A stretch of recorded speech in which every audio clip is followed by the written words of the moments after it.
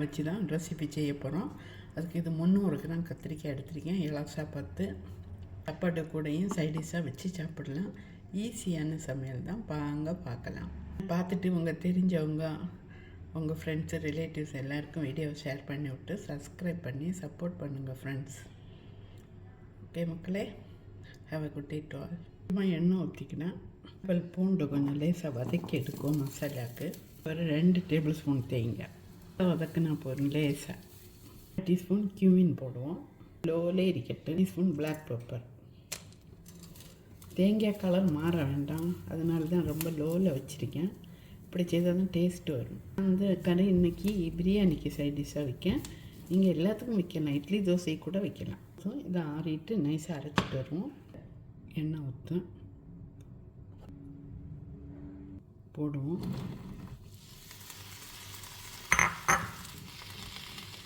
சாப்பிட்டாவட்டு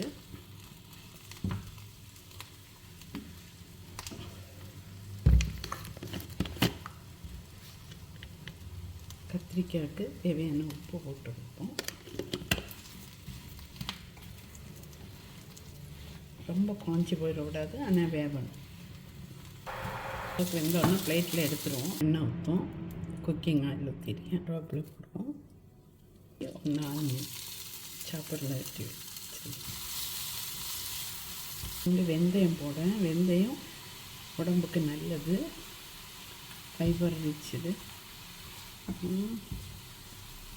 இது சம்மர் டைமில் இது வெந்தயம் போட்டு தண்ணி குடித்தாலே வயிறெல்லாம் கூலாக இருக்கும். குடல் புண்ணு உள்ளவங்களுக்கெல்லாம் ரொம்ப நல்லது. ஆனால் குளிர்ச்சியானவங்க கொஞ்சம் பார்த்து சாப்பிடுங்க. கொஞ்சமாக எப்போவாது சாப்பிடுறது நல்லது. எல்லாருமே மத்தியானம் துபாய் வெயிலுக்கு ஜீரா வாட்டர் குடிங்க.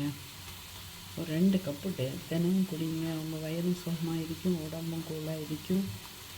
நிறைய ஹெல்த் பெனிஃபிட் உண்டு. உள்ள உறுப்புக்களை சீராக்கும். அதனால தான் அதுக்கு பேர் சீரகம். ஒன்று ஒரு தக்காளி கொஞ்சம் சாப்பிட்டாவிட்டு பார்க்கலாம். தக்காளி குழம்பு வச்சு எண்ணெய் எல்லாம் பிரிஞ்சு வந்துருக்குது. இந்த மாதிரி இந்த டைமில் மஞ்சள் பொடி, மசாலா, பொடி 1/2 டேபிள் ஸ்பூன் வச்சுருக்கேன். பொடி பொடியாக 1 டேபிள் ஸ்பூன்,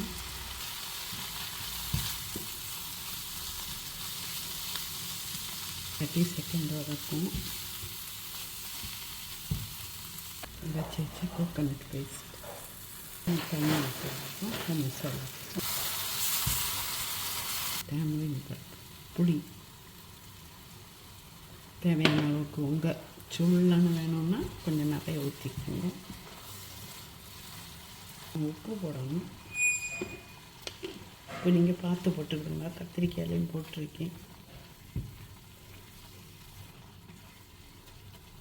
தண்ணி ஊற்றுனேன். வீடியோவில் எடுக்க மறந்து போச்சு, சாரி. எங்கள் வீட்டு கிச்சனில் ஃப்ரிட்ஜிலேயே மல்லி இலை எப்படி வளர்ந்துருக்குன்னு பாருங்கள். இது வச்சுருக்கோம். 9 நாள் ஆகுது பாருங்கள், எப்படி இருக்குன்னு ஃப்ரெஷ்ஷாக. நீங்களும் இது மாதிரி வச்சிடுங்க. எப்போவுமே உங்கள் வீட்டில் இருக்கும். எப்போவுமே மல்லி புதினா நமக்கு தேவை. நீங்களும் இதை ட்ரை பண்ணுங்கள்.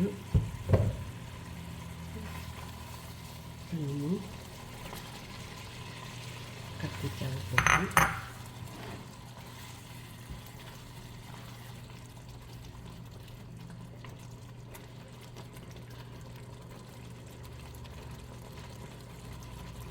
ஒரு 2 நிமிஷம் கொதிக்கட்டு பாருங்கள்.